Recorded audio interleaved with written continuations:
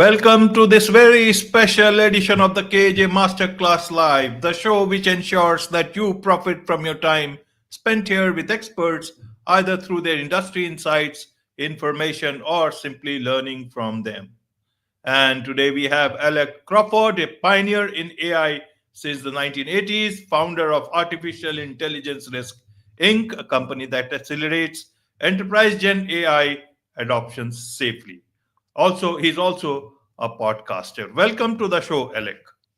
AJ, great to be here. Thanks for having me. You are welcome. Welcome to the show, Alec. Welcome to India in this online form. And I'm sure not just in India, but a lot of people across the globe will benefit from what we are going to talk right now. We'll talk about how one can safely harness Gen AI. In this backdrop, we'll have our conversation. But before that, Alec, let's understand a bit more about your journey, your background, so that listeners know a bit more about who they are listening to. Yeah, sounds great. Thanks, AJ.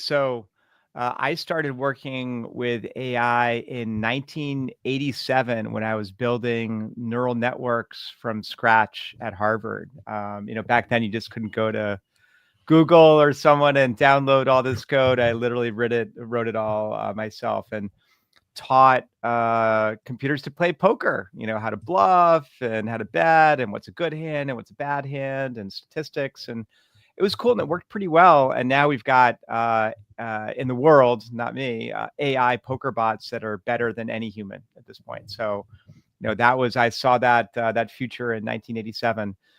Fast forward through the AI winter, I was in finance, always doing things with technology or AI.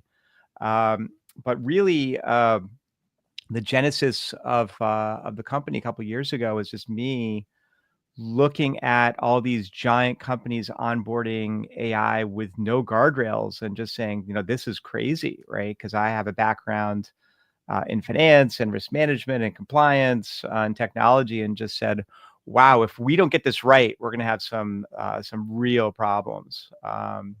That's our company. What we do, we focus on risk managing AI and accelerating the adoption of Gen AI safely.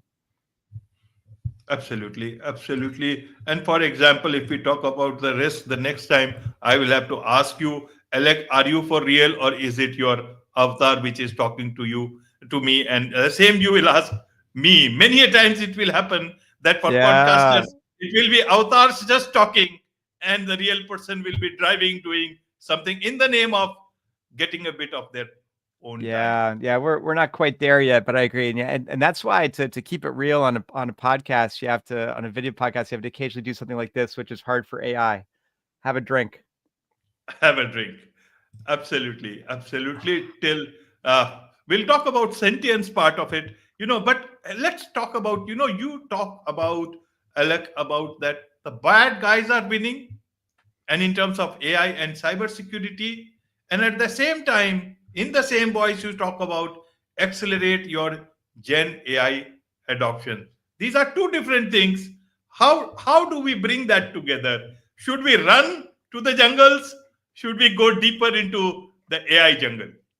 Yeah, look, I think you're actually going to need AI for security too, and we'll talk more about that in a minute.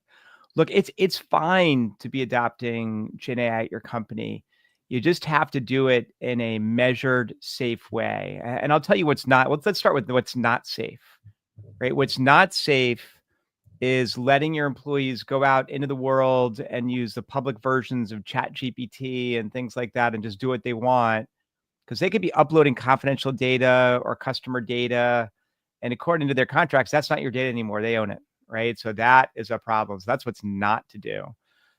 What you should be doing is private cloud deployments of AI. So for example, Azure OpenAI on Azure or running AI on AWS Bedrock inside your firewall is pretty safe, right? You've got lots of your other corporate data there already, and that works pretty well. And the question really becomes like, how do you then safely give it to your team? That becomes a more difficult question. You really need what I call we really started the category of software that I call AIGRCC, which is governance, risk management, compliance, and cybersecurity. So by governance, I mean, who gets to do what with AI at your company. Not everybody has access to the same AI agents or capabilities, and the AI agents don't all have access to the same data or databases or even models. By risk management, I mean encrypting everything at motion and at rest.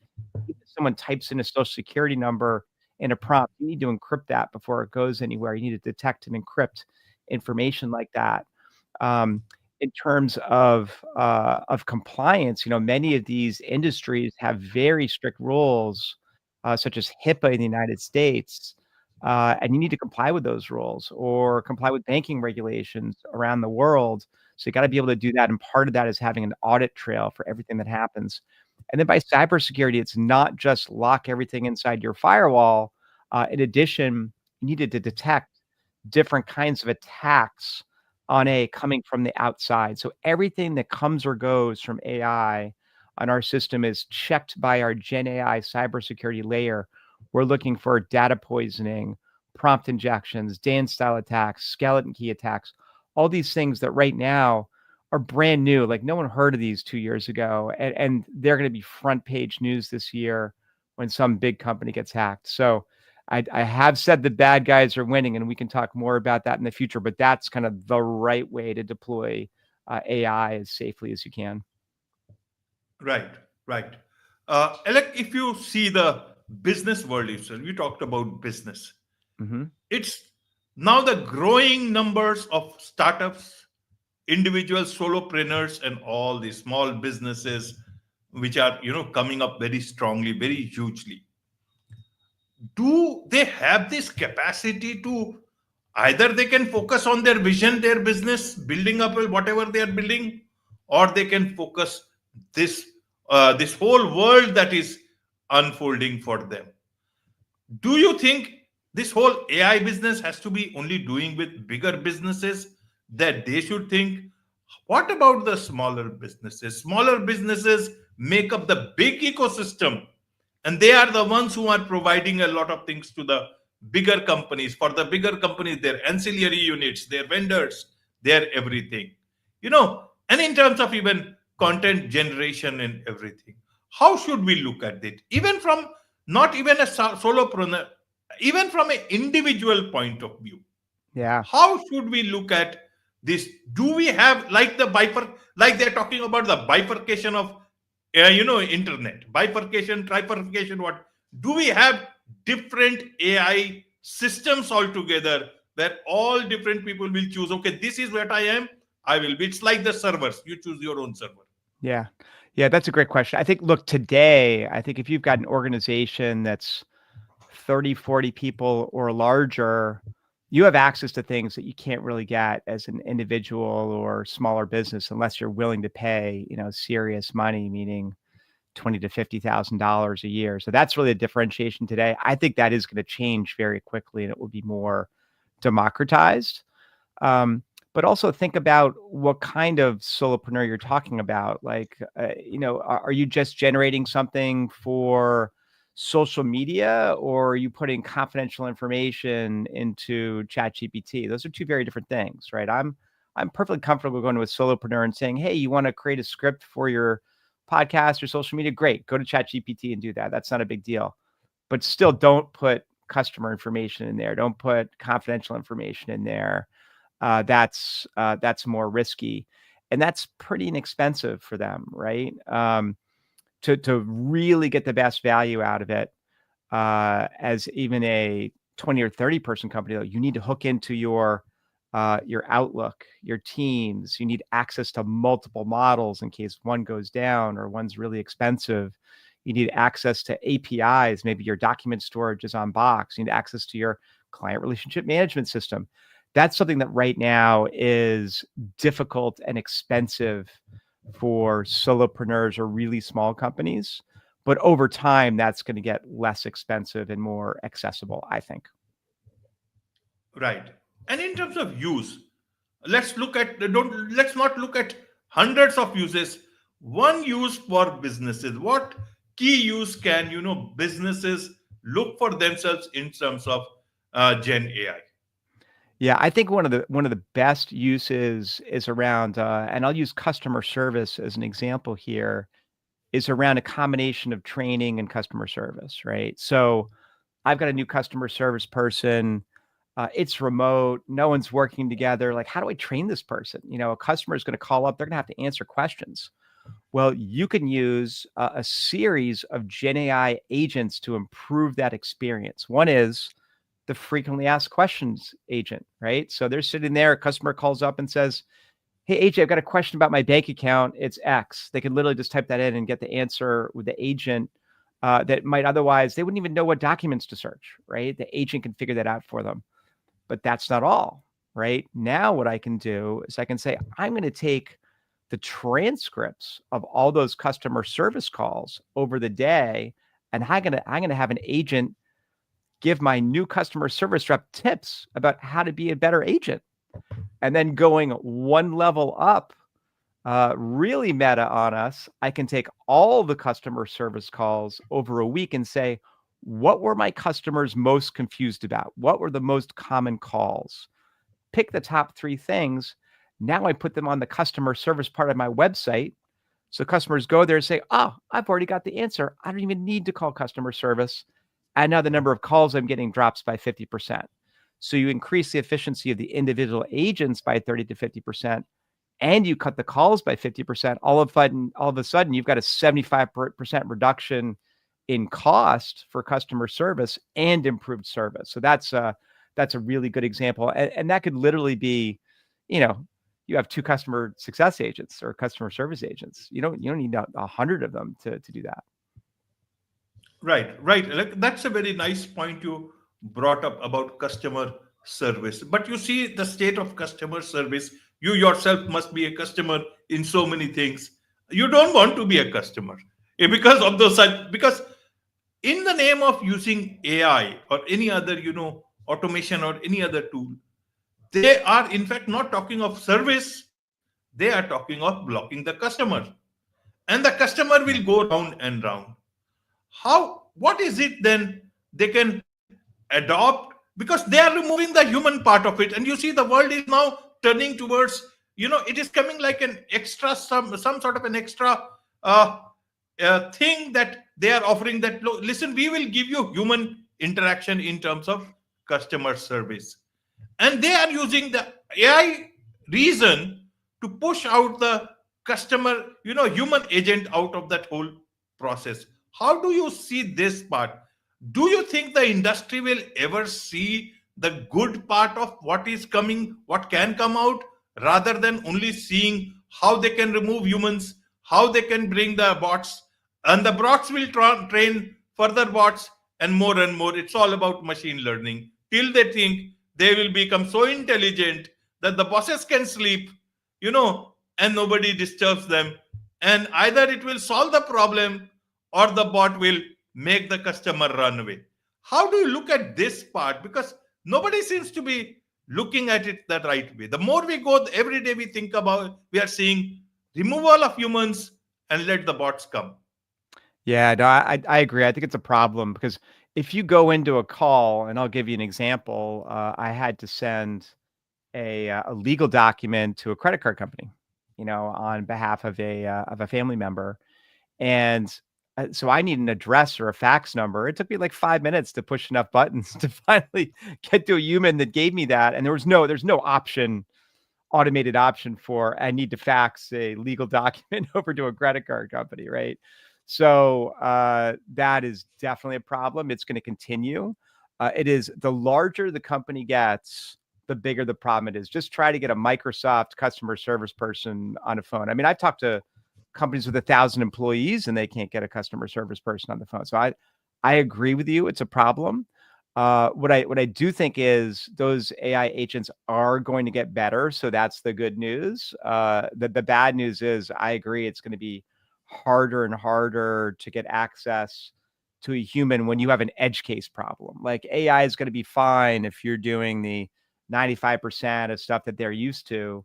Once you are outside that on an edge case, AI will be terrible at answering your question or doing what you need to do until it gets trained to do it. So this is going to be an ongoing issue over the next few years. And look, I sit on the on the executive board of the Global AI Ethics Institute, right? And the way I think about it is there's two paths for the world and society over the next decade. And one path, everybody gets a co-pilot, everybody becomes more efficient, all that stuff that you hate doing, the AI does for you, and you get to do the fun stuff. The other path is lots of jobs get replaced by AI. We've got 14% unemployment and unrest around the world and all kinds of other bad things from AI. We as a society, especially people in technology, need to go for the first path and not the second path.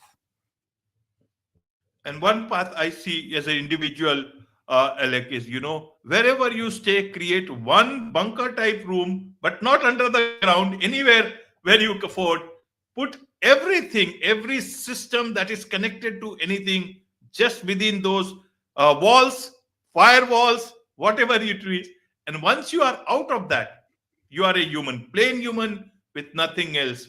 Have a doorbell so that people can come. Beyond that, nothing else you need, not even a phone. If you need a phone, have a basic phone, a dumb phone, and your life will be much more sorted. Why I say this is because of the rising risks of privacy as well as security. Ransomware, even hospitals are not secure, or are safe in today's time. Two years back I read this story. The ransomware guys made the patient moved to a different place altogether, whereas the nearest hospital was very much available, beds were available. So this was considered to be the first death allegedly by artificial intelligence or whatever the ransomware. But let's not get into, I want to understand then what are the concerns you have about AI today. And that is where we talk about the bad guys are winning, AI and cyber security. As an individual, Yep. I am So only using a phone and I am not secure. yeah, yeah. How do I look at Privacy is a big issue, right? So you need to be very careful about that. So look, not everybody's going to read all their different different agreements and things like that. Um, but if you're just using ChatGPT on the web, just be aware, like nothing you do is private. No, that is their property. They can do what they want with it, and eventually someone's going to find out what you said. There was an incredible article in the Atlantic magazine 3 months ago that revealed all these conversations people had had with Gen AI. There were people talking about divorcing their spouse and all these terrible medical conditions and things like that, which all became public. It's just crazy, crazy stuff. So you just need to be cautious. There are versions, obviously, that you can use that are private. Like, look, start with Llama. Llama is an open source model. You can literally load it onto a server, unplug from the internet, and do what you want with Llama, right? And that's obviously completely secure. I agree with you that the best thing to do is put everything inside your firewall, the models, your data. In fact, our software at AI Risk Inc., what it can do is deploy the software, deploy the models, connect to your data, and then literally you can unplug the internet and run it air gapped in a dark room in the Pentagon, right? So that's very rare. Like most people are not doing that right now, but it is possible today with our software, and I'm sure with some other software. So as an individual, you just need to be aware. If you're not paying for a product, if your AI thing that you're using is free, you're the product, right? Like your data is being consumed. And even if you are paying a little bit, you need to be cautious about what you can and can't do with AI in terms of privacy, which I think is, the number one risk. In terms of the bad guys out there, that the primary thing that individuals are going to experience over the next year is extremely good phishing emails. So at some point, you'll get an email from me or I'll get one from you. Hey, great to be on your podcast. Click this link. And it's going to be a phishing email, right? They're going right? to get so good. When in the past would be like, oh, there's a grammatical error, or I don't know AJ, or why would I click on a link about knitting or whatever? They're going to be very targeted. They're going to automatically scan your social media. They're going to know who your friends are. They're going to look really, really real. And the punchline is like, you're never going to be able to click on anything in an email ever again, right? That's just the way it is. Otherwise, you're going to be at risk. What we will have soon, and we're starting to see, is the good guys catching up. AI agents that will scan your email and say, "Ooh, AJ, this is actually a phishing email," and delete it before you even see it, or put it in your spam folder or your your risky email folder or whatever. We're getting there. We're not quite there yet, and the good guys will catch up. But right now, the bad guys are winning for individuals and companies. And the other issue for all of us is just the patch cycle, right? A patch used to take 30 days for a known vulnerability. Now it takes about 2 weeks. The bad guys figure out how to exploit it in a day, right? They're using Gen AI to figure out, like, how do I exploit this, right? The people who didn't know how to write code or writing exploitation code, in a day with ChatGPT and other tools. And we as a group, and this is primarily the big companies building the base models, need to figure out ways to start making that harder, right? Like, start making people shouldn't be able to go on ChatGPT and say, write some code to exploit this vulnerability. Like, we should be able to figure out ways to make that hard. Absolutely, absolutely. And I will come to that point about, about this code thing. But before that, I want to understand a lot of people who are, using this whole AI thing. You know, Today, let me come to this point itself. You talked about the code part. AI has learned something. It has learned from many people, all of almost humanity. Now there is nothing more to learn. But from an individual point of view, if earlier I had to understand about Shakespeare or wanted to understand his style, I would have to read Shakespeare. But today, without reading Shakespeare, I can become Shakespeare by telling ChatGPT to go and write something like Shakespeare. Am I becoming smarter by looking smart to you, but actually I have become dumber because will never go and read Shakespeare like that? How do Yeah, I you mean, see this part of churning, more churning, churning, churning? It was like multiplicity movie. One person, second clone, third clone, and each clone, becomes much more dumber. How do you look at this part of our whole humanity trying out this whole Gen AI and trying to look smart on social medias, perhaps even for a nanosecond, but it actually is uh, it's actually leading you nowhere. yeah, I totally agree. Well, look, it goes back to the article from the early 2000s. Is Google making us stupid, right? Because people wouldn't learn facts. They would just look them up in Google. And the same thing is happening with Gen AI, right? And there's going to be a spectrum. Think about students in school, right? So some students are saying, I don't really need to study that much anymore. I'm just going to have ChatGPT do this for me, right? Like, they're going to be more dumb, right? Then you got the ones in the middle, and then you got ones who are learning to harness ChatGPT to work harder and work better, right? Hey, give me ideas to improve my paper, right? Like, is this a good thesis topic? Give me 4 other related thesis topics that might be more interesting. Like, if you're using it in that way, it's effectively like engaging with a coach to make you better, right? And if you think about tennis, right? There are a lot of kids that play tennis in the United States, maybe in India too. And if you want to get a tennis coach, the first question you ask is, am I trying to get this kid to play tennis in college or play professional tennis? Right. Because if it's college, there are thousands of coaches. If it's professional tennis, there are 5 coaches you can hire, right? And by the way, you need to move to Florida. Like, you're not staying wherever you are, right? So uh, AI right now is a coach to get your kid into college, right? To play college tennis. They're good, but they're not the best. In fact, they may never be the best, right? That may be the preserve of humans for a long time. Absolutely. And coming back to that question of, I lost my chain of thoughts at that point in time.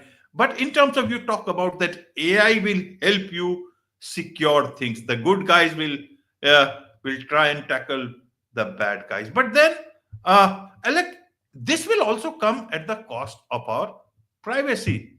Because you see, it is like, what? A cigarette manufacturer opening a cancer hospital. You Right. create Yeah. you understand? You have the bad guys, and to create that, they have already your information. And the good guys Yeah. will come and they say, listen, I want access to every bit of thing that you have got, so that I can keep an eye on everything, so that I can stop the bad guys. And then you have again traded that data. And you Yeah. see, your data can go anywhere. As like you write anything in ChatGPT today or any of the AI, Gen AI tools, tomorrow that data can be sold to any insurance company anywhere which you do not want to share, because you have already given consent in some way or the other. How do you look at this part? I still say it is better to run to a jungle and live without any of these things off the grid. What do you say, Alec? Yeah, like I'm not going to be living off the grid anytime soon. But what I would say is that it's balanced, right? And it also depends on the vendor, right? Like everybody's known forever that Google is going to look at your Gmail account and nothing in there is really a secret from Google. Too bad, right? Apple takes a different approach with their email, or they promise not to look at it and keep it secret. So it's not like there's one broad corporate approach to privacy and security. And like I said, look, if there's going to be a spectrum, there are going to be people out there that just don't care, right? They're just going to do stuff on Open Chat GPT and realize that they're just not going to have a whole lot of privacy. There are others going to be much more careful about that. They're gonna have like me have Llama running on their personal computer unplugged from the internet in a room somewhere and know that no one's going to be able to look at it. And it's what people are willing to accept. But what you're implying, which I agree with, is that at some point, if there are things you want to do, it's just going to be, as an individual, it's going to be very hard to preserve your privacy around it. And governments have shown that even if they can't do something, like they're not supposed to follow you around, or they're not supposed to check all your data, they feel it's okay if they can go buy it, right? So if they can't do it, they'll just go hire Palantir to do it, and maybe Palantir has that data already, right? So absolutely. Well, what I would say is that that it is plausible to not have to give away all your privacy and all your data to have AI help protect you. And I'll give you an example of that. So, for example, I could have AI checking my server logs for potential problems and violations. Like, I don't need to give away my server log data to anyone outside my business, right? I can create an AI agent that's going to read all my emails and look for things that are spam or potential phishing exercises, or have links to companies in nefarious places like North Korea, right? And block those without giving away a lot of my private information. That being said, privacy in this world is getting harder and harder, right? And if you really want complete privacy, that means don't have any social media accounts, don't use Gmail, and you're going to have to be super careful about what you do to maintain your privacy. And even then, um, you need to engage in commerce, probably online commerce. So lots of companies have your data, and they're literally getting hacked every day, right? Yes. Your email address, your social security number, your birth date, everything about you is already out there somewhere. The genie's out of the bottle, and we're not putting it back in. Absolutely. And they seem to have one template which they must have prepared for any of these models, that we are sorry, we think your data has leaked, but we are confident it is not yours. And well, the best is you go and change your password. That's it. And we will get back Yeah. to you on this. It's the Yeah, same we'll get line. back to you, and here's your free credit report, right? Like it's a nightmare. Well, look, I think a little bit of a segue, but I think the whole credit card and banking system at some point is going to have to change, right? Like you should not be able to take money out of an account or charge a credit card if all you have is the credit card number, right? Like that's just crazy, right? Like we need PIN codes and secure access and numbers that change and virtual cards and all kinds of protections around these things. And unfortunately, like a lot of these systems were designed in a prior era, right? Like the internet was basically designed as an insecure method of sharing information, and security was kind of layered on later. And that's been a huge problem, right? Like, I think as we design things going forward, we need to design security in, and that's what we do for AI. We design security into AI. Everything's encrypted, in motion, at rest. If anybody types any personal information in, or including health information, it gets encrypted before it goes to AI. We're have cybersecurity agents that are looking for bad things coming from outside your firewall and blocking them. We've got governance in terms of who can do what with AI and which models you're allowed to use and which ones you're not allowed to use. Start from that standpoint, right? Don't start from, hey, everybody use AI and we're not going to pay attention to security for the first year. That's just a disaster waiting to happen. Absolutely, absolutely. One more point I want to touch is the investing part. You talk about, turbocharging investing with Gen AI. Is it a level playing field with AI? Some people have the best version of AI, and I have the laziest version of AI, and investing is a serious game. It, Already, it was never a level playing field. Should I yeah. even venture into that kind of investing, especially in stock market or any of the market? How do you look at that? Yeah, that's a great question. Look, I think um, what academic studies have found is with a modest amount of training in terms of investing, um, most individuals become overconfident in their abilities. And that's the risk of using AI is you may become overconfident that, oh, I can be a great investor because I'm using AI.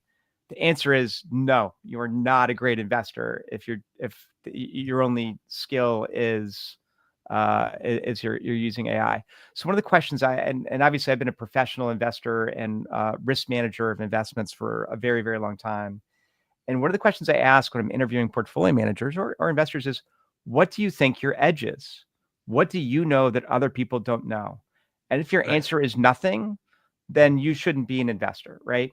Now, it doesn't mean you have to be the world's most amazing investment expert, but let's say for the sake of argument, you work at a big bank. You understand how banks work. You understand the earnings of your bank and why they go up and down, which means you probably understand how it works for other banks. Maybe you're good at deciding whether or not you should own bank stocks or your specific bank stock versus your competitors. You don't have to have 30 years of investment experience to do that. But if you don't have an edge in something, please just call a professional investor and have them manage your money for you. 90% of the time, the outcome is going to be better. And the other thing I would say um, is diversification is the one free lunch of investing, right? Don't just buy one stock or even one asset class. You want to spread that money out across bank accounts and stocks and bonds and various other things, and have your professional investor do that for you. Don't just put all your chips on black on the roulette wheel and hope it comes up. Absolutely, absolutely. So I want to understand then going forward, the AI regulation also does not seem to be working. The grip of, not the negative one, the positive control over democratic institutions or institution itself seems to be slipping away with the huge inflow of technology.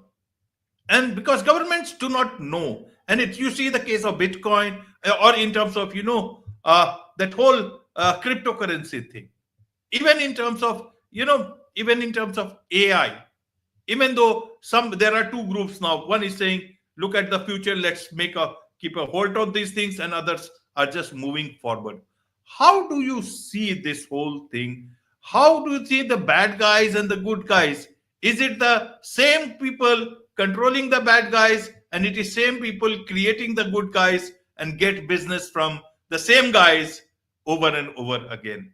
How do you see this whole thing panning out? I don't think 10 years will be a huge amount of time, Yeah. say in the next 2 years. How do you see that? Yeah, great question. So Europe is pretty far ahead in terms of regulating AI. They're really focused on something I would call consumer regulation of AI. So if something is too high a risk, they basically ban it. Like, so a good example is facial recognition in public in Europe with AI is banned. It is illegal, right? That's a reasonable approach. I think that I'm not sure what the U.S. is going to do right now. Biden's executive order is out there. There's a bunch of voluntary stuff. It's not as robust as the European framework. We will almost certainly see additional regulation around AI in already regulated industries, right? So banks, healthcare, things like that. The European Union has recently announced a European healthcare portable data standard, which I think is going to be very interesting and very important in Europe, and hopefully something the U.S. takes a look at, because that really reduces the chance of ransomware out there in the healthcare space if everybody owns their own data effectively. And there are companies out there trying to do that in the U.S. As well, but they're not as far along. The Europe is also setting up a center for excellence to help healthcare institutions that have been impacted by ransomware fix the problem, right? But in the end, I think the regulators are always going to be behind technology, right? So my recommendation to regulators, and I did submit a white paper on how to regulate AI to the bank regulators in the United States in November at their request, was it's got to be principles based. If you make 100 rules, those rules will be out of date by next week, right? Also, that's not going to work for JP Morgan as well as it will a 12-person bank in Massachusetts, right?